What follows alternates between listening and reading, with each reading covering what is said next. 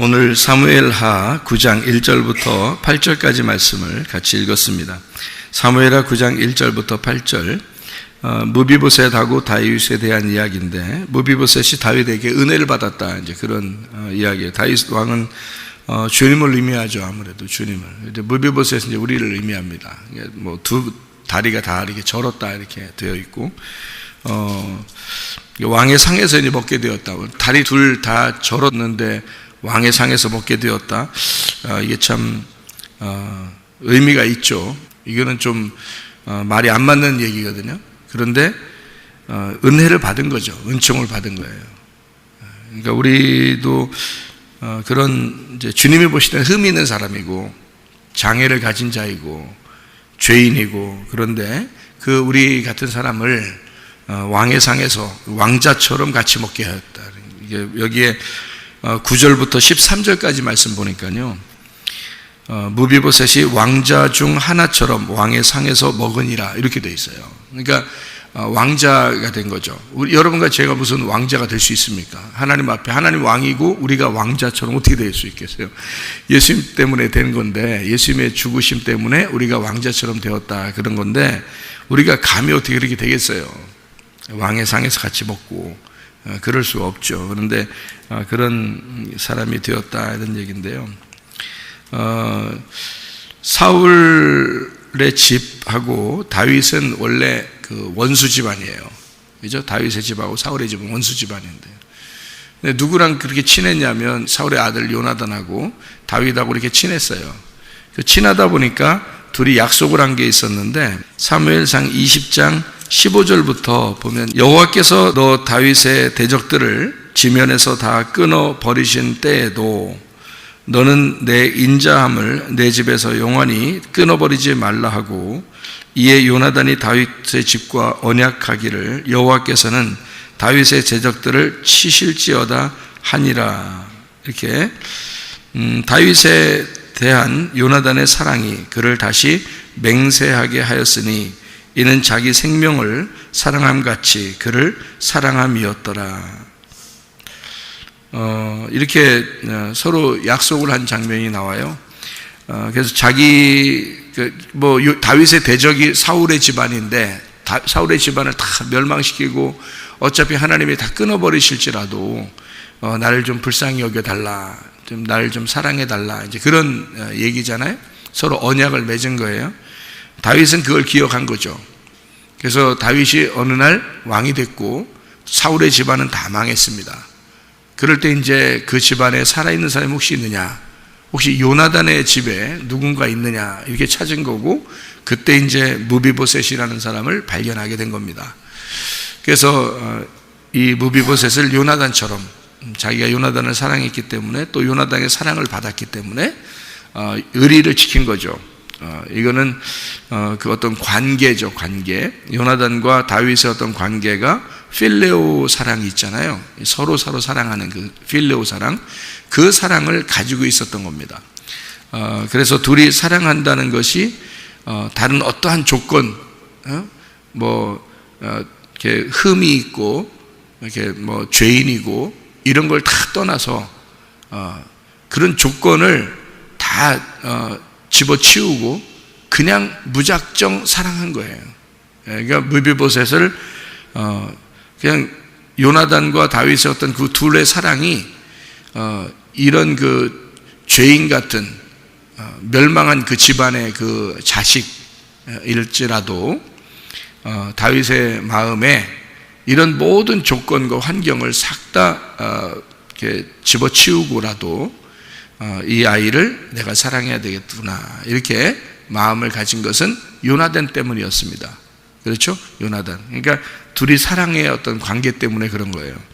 그러니까 우리가 주님 앞에 이렇게 인정받는다 할 때, 하나님에게 인정받는다 그럴 때, 하나님 우리를 어떤 조건을 보고서 우리를 사랑하는 게 아니에요. 무작정 사랑하는 겁니다. 왜 그렇게 사랑해요? 예수님 때문에 그런 거예요.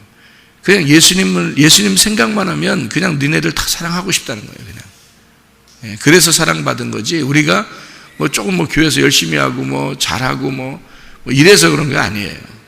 그냥 예수님 보면 그냥 사랑하고 싶은 거예요, 우리를. 그래서 사랑하는 거예요.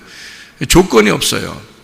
무비보셋은 사랑받을 만한 짓을 한 것이 없습니다. 다윗하고 어떤 개인적인 관계 있는 것도 아니고, 요나단하고 다윗하고 개인적인 관계가 있는 거지, 이 무비보셋은 다윗하고 개인적인 관계가 있었던 건 아니에요.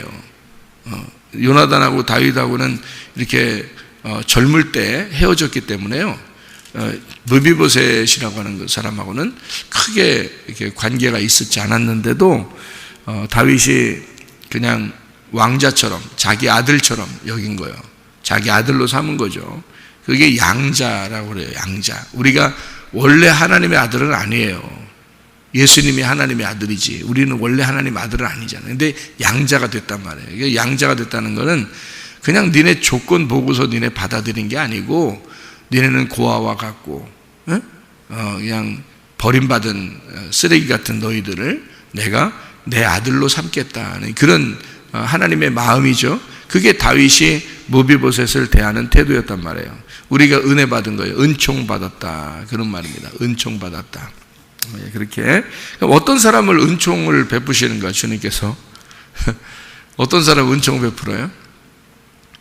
이름이 무비보셋이니까 그런 거예요. 무비보셋. 이 무비보셋이라는 이름이 어떤 이름이냐면요, 메피보셋라는 이름입니다. 이게 부끄러움이라는 단어예요. 부끄러움. 그러니까 우리가 교만하고 잘난 체하고 막 자기 생각대로 살고 이런 사람 있잖아요. 은총 못 받아요. 그냥 겸손해야 돼요. 나 부끄럽습니다. 난 아무것도 아닙니다. 내 의견이 없습니다. 내 생각이 없습니다. 이래야 되는데 자기 생각이 너무 많죠. 자기 의견이 너무 많죠. 그러면 이게 교만한 거잖아요. 자기 생각대로 하려고 하니까. 그죠? 그런 것은 부끄럽지 않잖아. 자기 힘이 있잖아요. 아직도 자기 생각이 있잖아요. 자기가 안 죽었잖아요. 그러니까 주님은 늘 우리에게 죽어라 그러는 거거든요. 하나님이 사울과 요나단을 미워했겠습니까? 한날에 죽었어요. 아니, 사울은 미워했다 손 쳐요. 여러분이 사울은 싫어한다고 해요. 여러분 사울 싫어한다고 생각했겠지만 사도 바울의 이름이 사울이에요. 왜 사울이라고 적겠어요? 그 집안에서. 사울이 훌륭한 사람이었기 때문입니다. 사울 왕이 훌륭한 왕이었기 때문이에요. 그래서 사울이라는 이름을 지은 거예요. 그런데 이제 이 사울이라는 이름을 가진 젊은 청년, 사도 바울이 되는 그 사울이 예수님을 만나고 바울로 바뀐 겁니다. 사울은 왕이었어요. 그리고 굉장히 큰 자, 뭔가 하나님에게서 인정받는 자. 근데 바울이라는 사람은요, 작은 자예요. 작은 자. 하나님을 만나고 작은 자가 된 거예요. 그러니까 사울이라는 사람이 원래 나쁜 이름이 아니에요. 나쁘단 이런 사람이 아니에요. 하나님이 사울을 갖다 미워하고 그랬다면 다윗이 그런 시를 적겠어요? 사울이 죽는 날, 사울과 요나단이 죽었을 때 다윗은 슬피 울면서 시를 지었습니다. 시편을 지으면서 정말 좋은 용사들이 죽었다.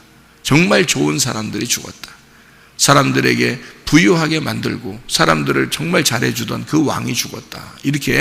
그렇게 시를 썼어요. 그러니까 다윗이 그렇게 사울이 죽었을 때 그렇게 시를 썼다는 것은 그만큼 사울이 좋은 사람이었다는 얘기입니다. 다윗을 쫓아다녀서 죽이려고 했다는 것 말고는 정말 백성들에게 좋은 왕이었다, 이런 이야기거든요. 그러니까 사울이라는 사람이 나쁜 사람이다 우리가 인식을 하면 그 이상한 거예요. 그런 말이 아니거든요. 그러니까 사울과 요나단은 정말 괜찮은 사람이었다. 근데 왜 그 집안을 죽이느냐 하면은 사울과 요나단의 그 집안이 왜 몰락하고 죽느냐? 다윗을 세워야 되기 때문에 그런 거예요. 다윗을 세워야 되니까. 그러니까 그게 단순히 그거예요. 다윗의 집을 세워야 되기 때문에 사울의 집을 몰락시키는 겁니다. 그게 하나님의 어떤 방법이에요.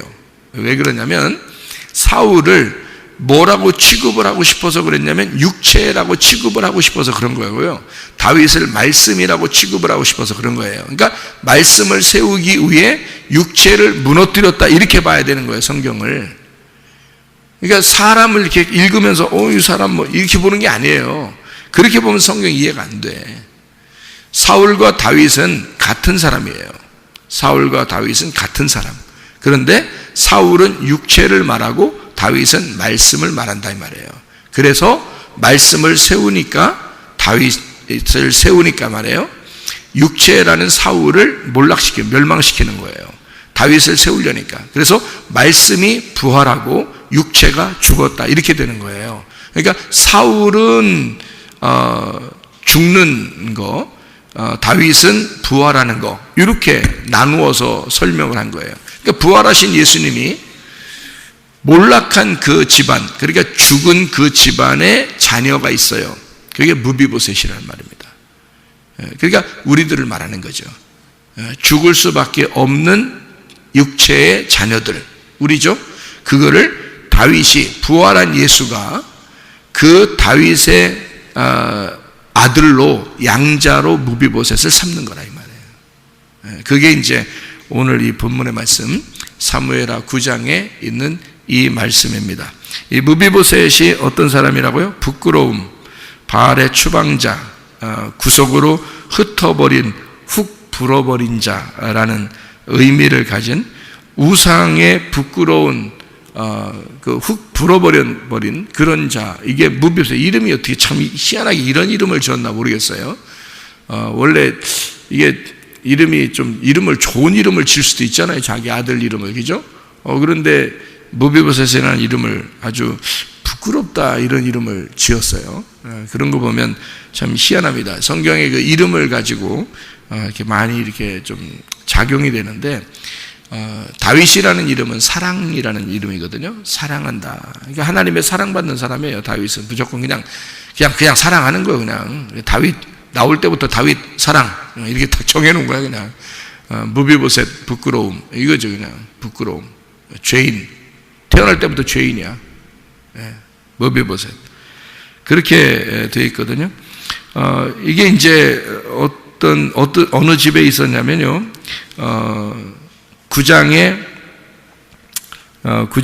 이제 여기에 4절에 보니까 왕이 그에게 말하되 그가 어디 있느냐, 시바가 왕께 아뢰되 로드발 암미엘의 아들 마길의 집에 있습니다 라고 했습니다. 마길이라는 사람 이름이 마키르라는 이름인데요, 그게 장사꾼이라는 이름입니다. 그러니까 한마디로 말하면 장사꾼, 이게 있다. 참 이것도 희한하죠, 그죠? 이름 참 희한해요. 장사꾼이라는 이름이에요. 마길이라는 이름이. 그러니까 장사꾼에게 있습니다 이렇게 말한 거예요. 장사꾼인데 마키르, 장사꾼, 마카르에서 나온다는데 이게 팔다, 노예로 팔다라는 단어예요. 그러니까 마길의 집에 있습니다 이 말은 노예로, 지금 장사꾼에게 노예로 팔렸습니다 이런 말이에요. 그러니까 여러분과 저는 어디에 매여 있었죠? 애굽에 매여 있었던 노예들이었습니다. 그렇죠?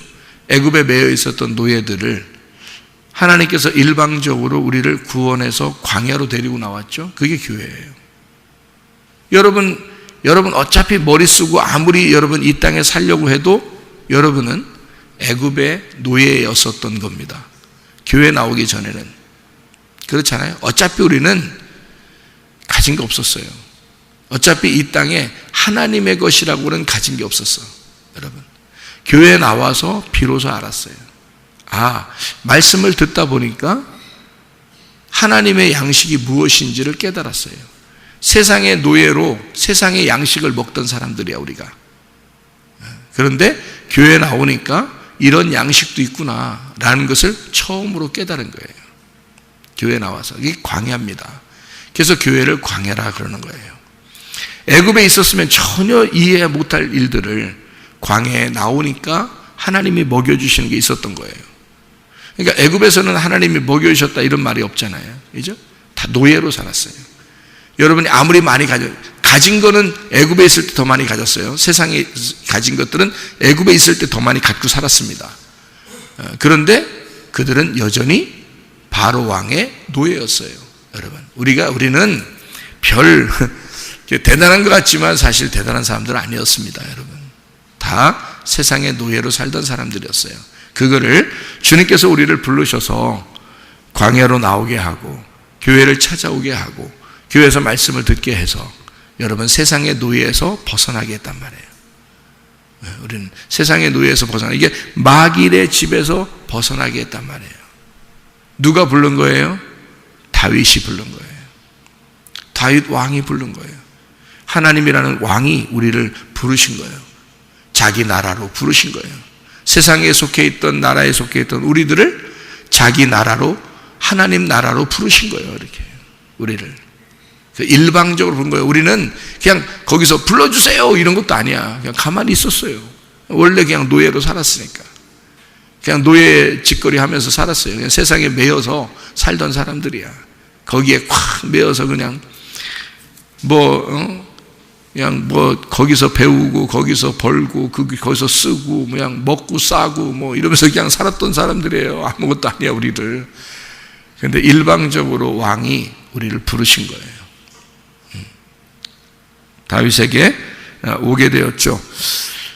거기 로드발이라고 그랬는데 장소가 로드발 암미엘의 아들 마길 이렇게 되어 있는데요. 로드발이라고 하는 게 로 아니다라는 말하고요. 다바르 말씀이라는 겁니다. 그러니까 로다바르라는 말이 로드발입니다.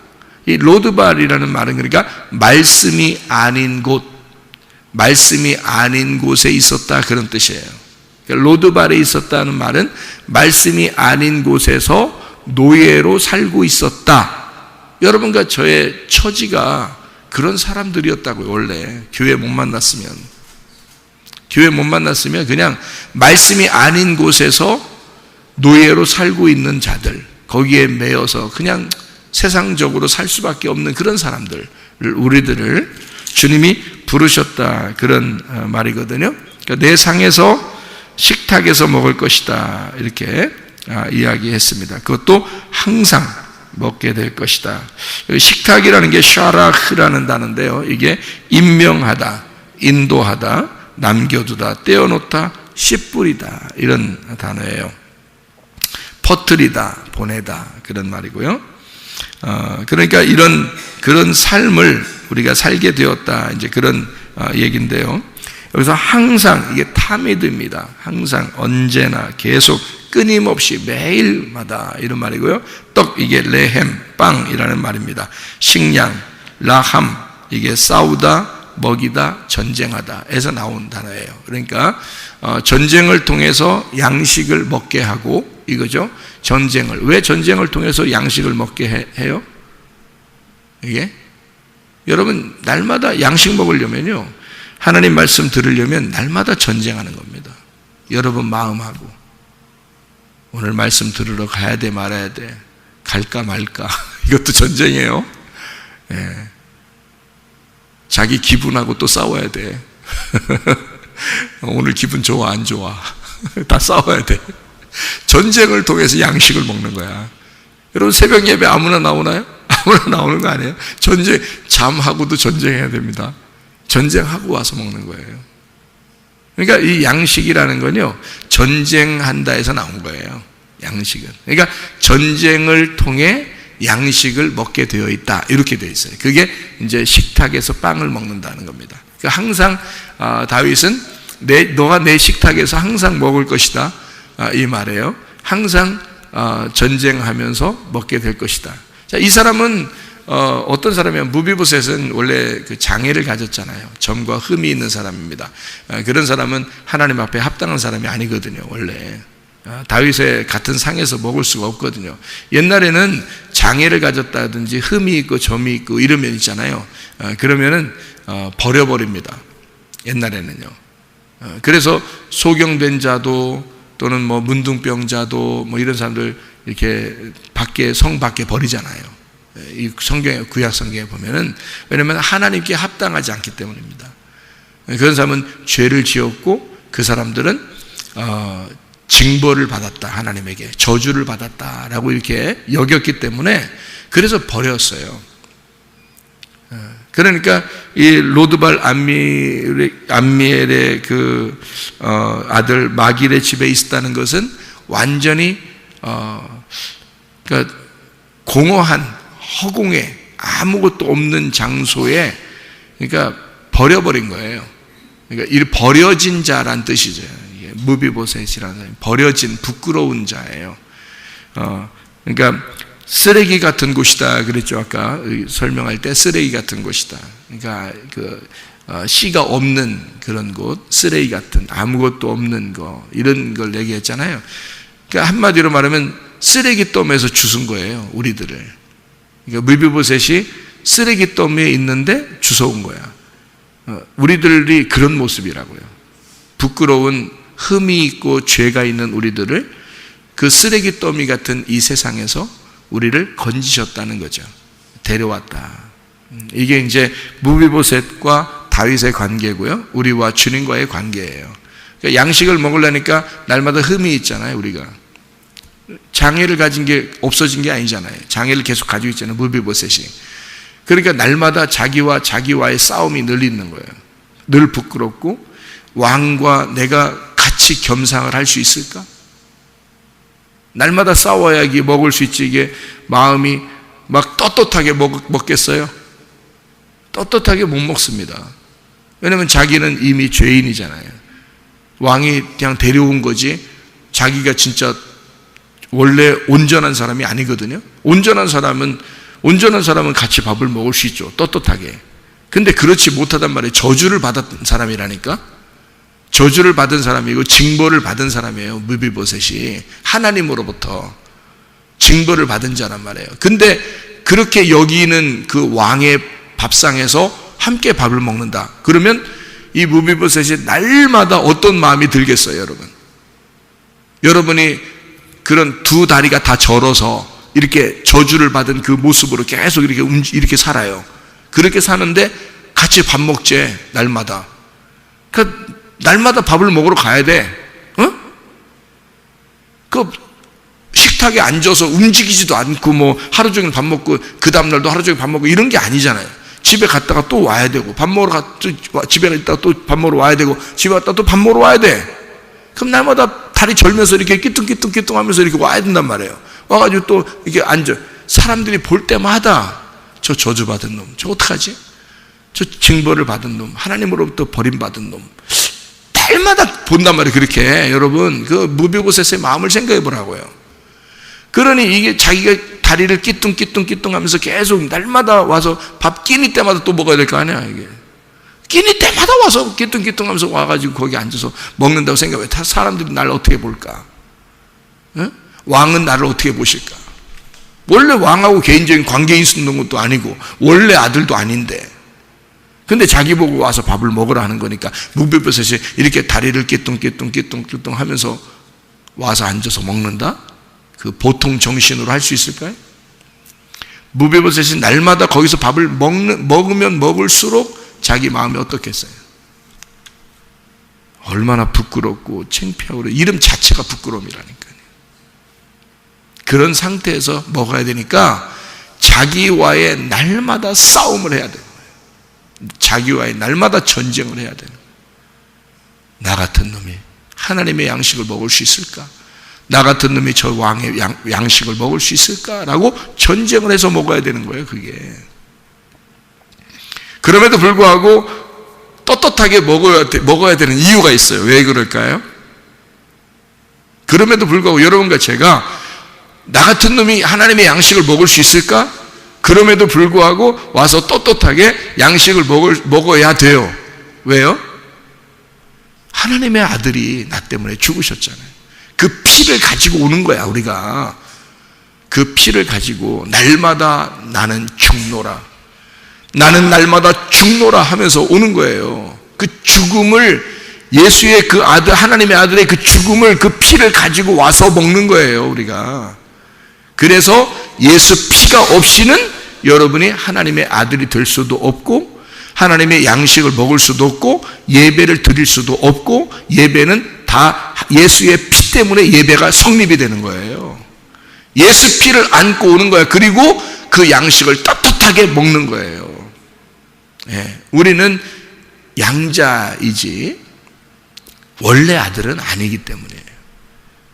양자는 늘 부담을 가지고 아버지를 대하는 거거든요.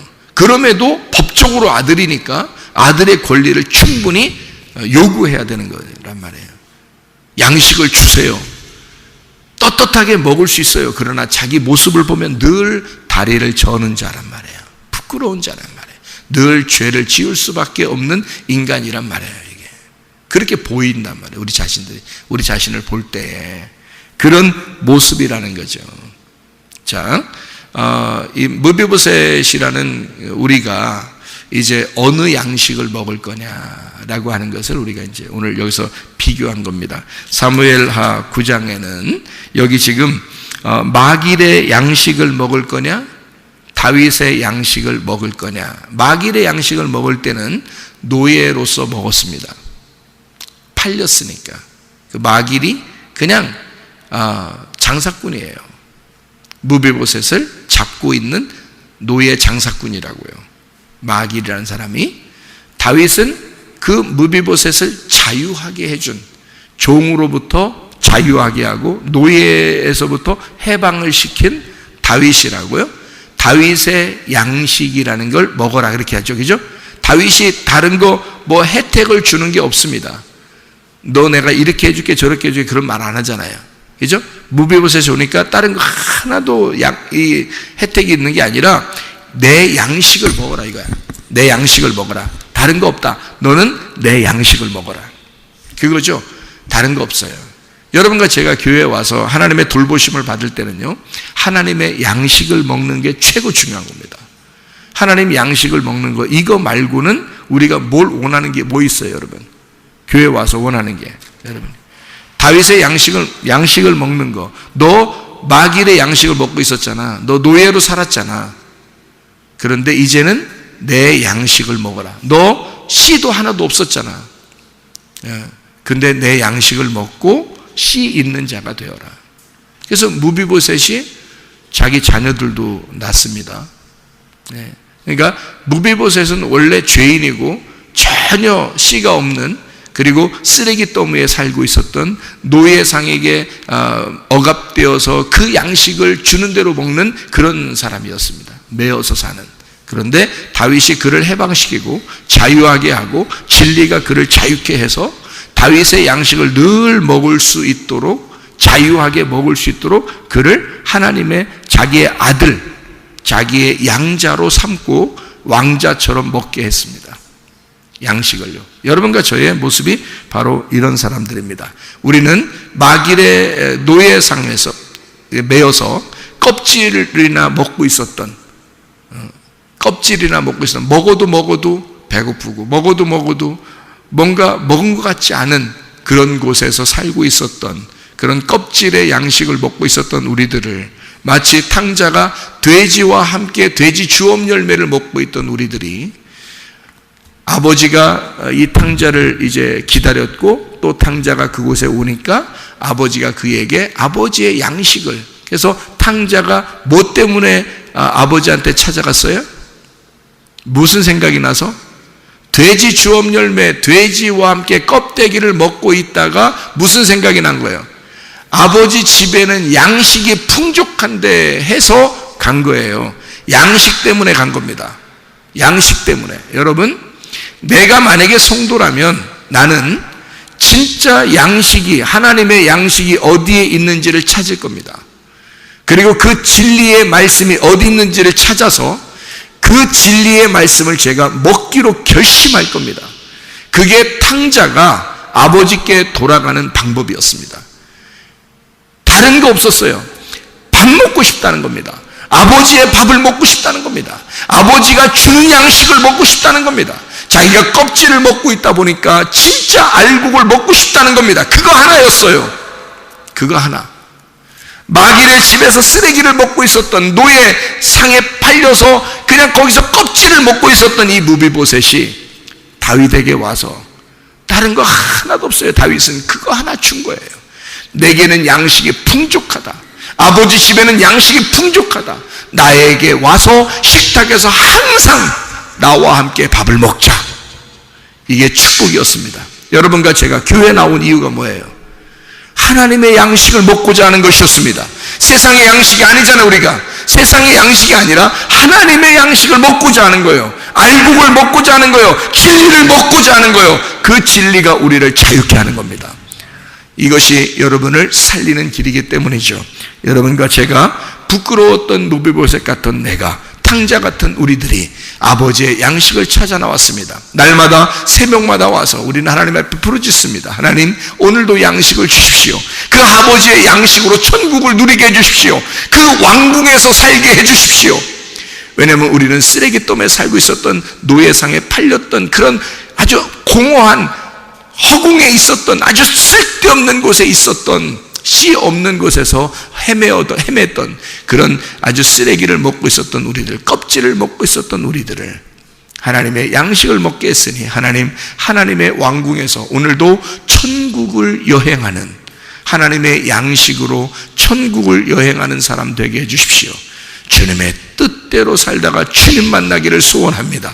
아버지의 말씀의 중심, 하나님의 중심, 교회의 중심의 삶을 살다가 주님 만나시기를 바랍니다. 기도하겠습니다.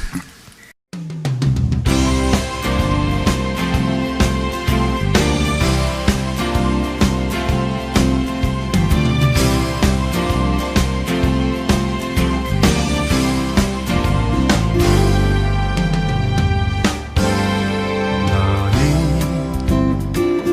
담장 너머로 뻗은 나무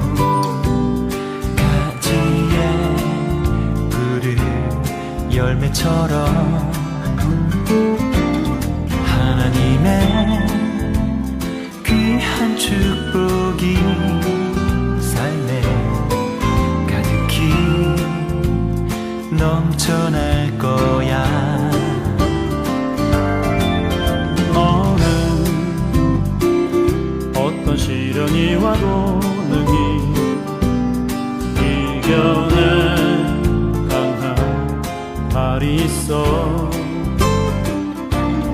전능하신 하나님께서 너와 언제나 함께 하시니 너는 하나님의 사랑, 아름다운 하나님의 사랑. 나는 널 위해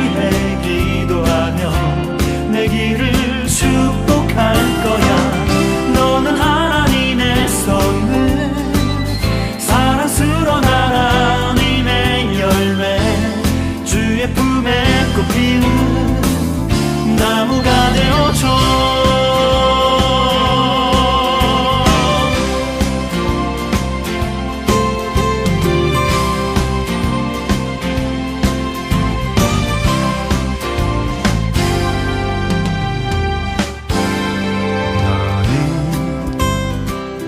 담장 너머로 뻗은 나무 가지에 푸른 열매처럼 하나님의 귀한 축복이 삶에 가득히 넘쳐날 거야. 너는 어떤 시련이 와도 능히